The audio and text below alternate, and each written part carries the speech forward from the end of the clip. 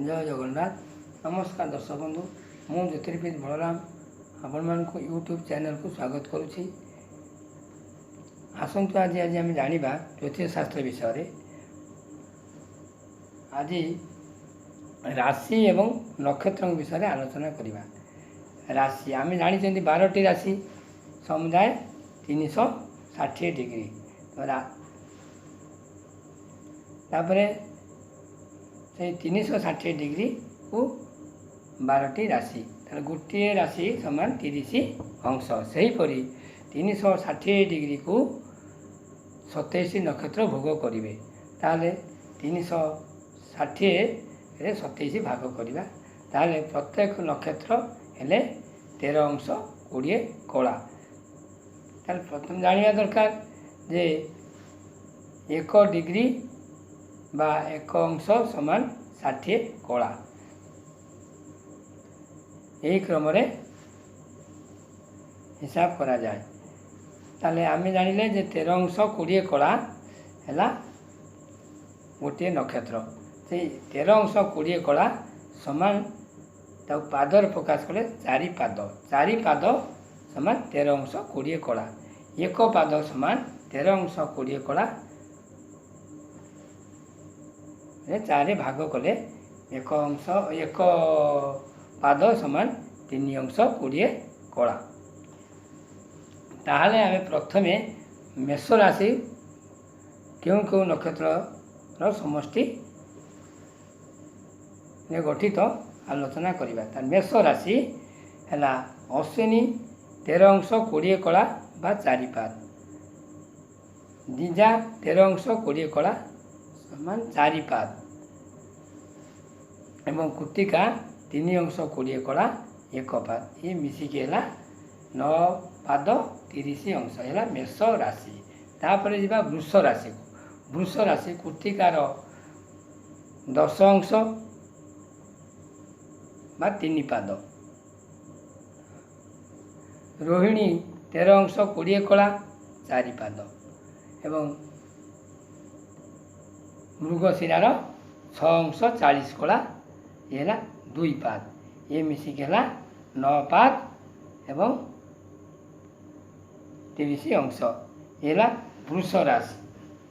तापर जानिबा मिथुन राशि। मिथुन राशि मृगशिरा 6 अंश 40 कला बा 2 पाद। आरद्रा 13 अंश 20 कला 4 पाद। एवं पुनर्वसु 10 अंश 3 पाद। ये मिसिकी है 9 पाद 30 अंश ये मिथुन राशि। तापर आम जा कर्कट राशि।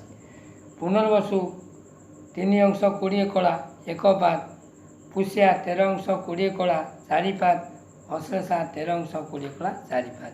ये मिसिकी है 9 पाद 30 अंश ये कर्कट राशि। तापर आम सिंह राशि के जा। सिंह राशि मघा 13 अंश 20 कला 4 पाद। पूर्वा फाल्गुनी 13 अंश 20 कला 4 पाद। एवं उत्तरा फाल्गुनी 3 अंश 20 कला 1 पाद। ये है सिंह राशि। तापर जा कन्या राशि। उत्तरा फाल्गुनी 10 अंश बा 3 पाद। हस्ता 13 अंश 20 कला 4 पाद।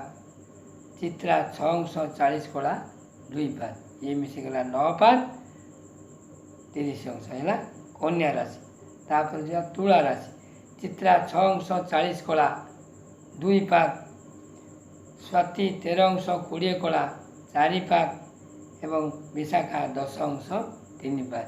ये मिसिकी है 9 पाद 30 अंश ये तुला राशि। तापर जानिबा बिछा राशि। विशाखा 3 अंश 20 कला बा 1 पाद। अनुराधा 13 अंश 20 कला बा 4 पाद। एवं ज्येष्ठा 13 अंश 20 कला 4 पाद। ये मिसिकला 9 पाद 30 अंश ये बिछा राशि। ताले धनु राशि। मूला 13 अंश 20 कला। पूर्वाषाढ़ा 13 अंश 20 कला।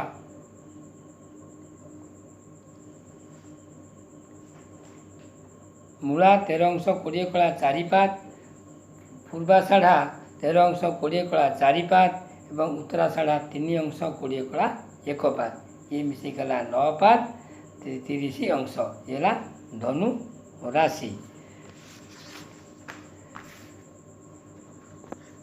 ତାପରେ ମକର ରାଶି। ଉତ୍ତରାଷାଢ଼ା 10 ଅଂଶ ବା 3 ପାଦ, ଶ୍ରବଣା 13 ଅଂଶ 20 କଳା 4 ପାଦ ଏବଂ ଧନିଷ୍ଠା 6 ଅଂଶ 40 କଳା 2 ପାଦ। ଇଏ ମିଶିଗଲା 9 ପାଦ 30 ଅଂଶ। ଏ ହେଲା ମକର ରାଶି। ତାପରେ ଆମେ କୁମ୍ଭ ରାଶି। ଧନିଷ୍ଠା 6 ଅଂଶ 40 କଳା 2 ପାଦ, ଶତବିଶା 13 ଅଂଶ 20 କଳା 4 ପାଦ ଏବଂ ପୂର୍ବଭାଦ୍ରପଦ 10 ଅଂଶ ବା 3 ପାଦ। ଇଏ ମିଶିଗଲା 9 ପାଦ 30 ଅଂଶ। ଇଏ ହେଲା କୁମ୍ଭ ରାଶି। ମୀନ ରାଶି। ପୂର୍ବଭାଦ୍ରପଦ 3 ଅଂଶ 20 କଳା 1 ପାଦ, ଉତ୍ତରାଭାଦ୍ରପଦ 13 ଅଂଶ 20 କଳା 4 ପାଦ ଏବଂ ରେବତୀ 13 ଅଂଶ 20 କଳା 4 ପାଦ। ଏ ମିଶିଗଲା 9 ପାଦ 30 ଅଂଶ। ଏ ହେଲା ମୀନ ରାଶି। ଏହିପରି ନକ୍ଷତ୍ରମାନେ ରାଶିମାନଙ୍କ ସହିତ ସମ୍ପର୍କ ବା ଏ ରାଶିମାନ ସମଷ୍ଟି, ନକ୍ଷତ୍ରମାନଙ୍କର ସମଷ୍ଟିରେ ରାଶିମାନେ ଗଠିତ। ଯଦି ଆପଣଙ୍କର ନୂତନ ଜନ୍ମପତ୍ରିକା କିମ୍ବା ଜାତକ ଗଣନା କରିବାର ଥାଏ, ତେବେ ତଳେ ଦିଆଯାଇଥିବା ନମ୍ବରରେ ଯୋଗାଯୋଗ କରନ୍ତୁ, ନହେଲେ ହ୍ୱାଟ୍ସଆପ୍ କରନ୍ତୁ। ଯଦି ଆପଣମାନଙ୍କୁ ଏ ଭିଡ଼ିଓଟି ଭଲ ଲାଗୁଥାଏ, ତେବେ ଲାଇକ୍ ଏବଂ ସେୟାର କରନ୍ତୁ। ଚ୍ୟାନେଲକୁ ସବସ୍କ୍ରାଇବ୍ କରନ୍ତୁ। ଭିଡ଼ିଓଟି ଦେଖିଥିବାରୁ ଆପଣମାନଙ୍କୁ ଧନ୍ୟବାଦ।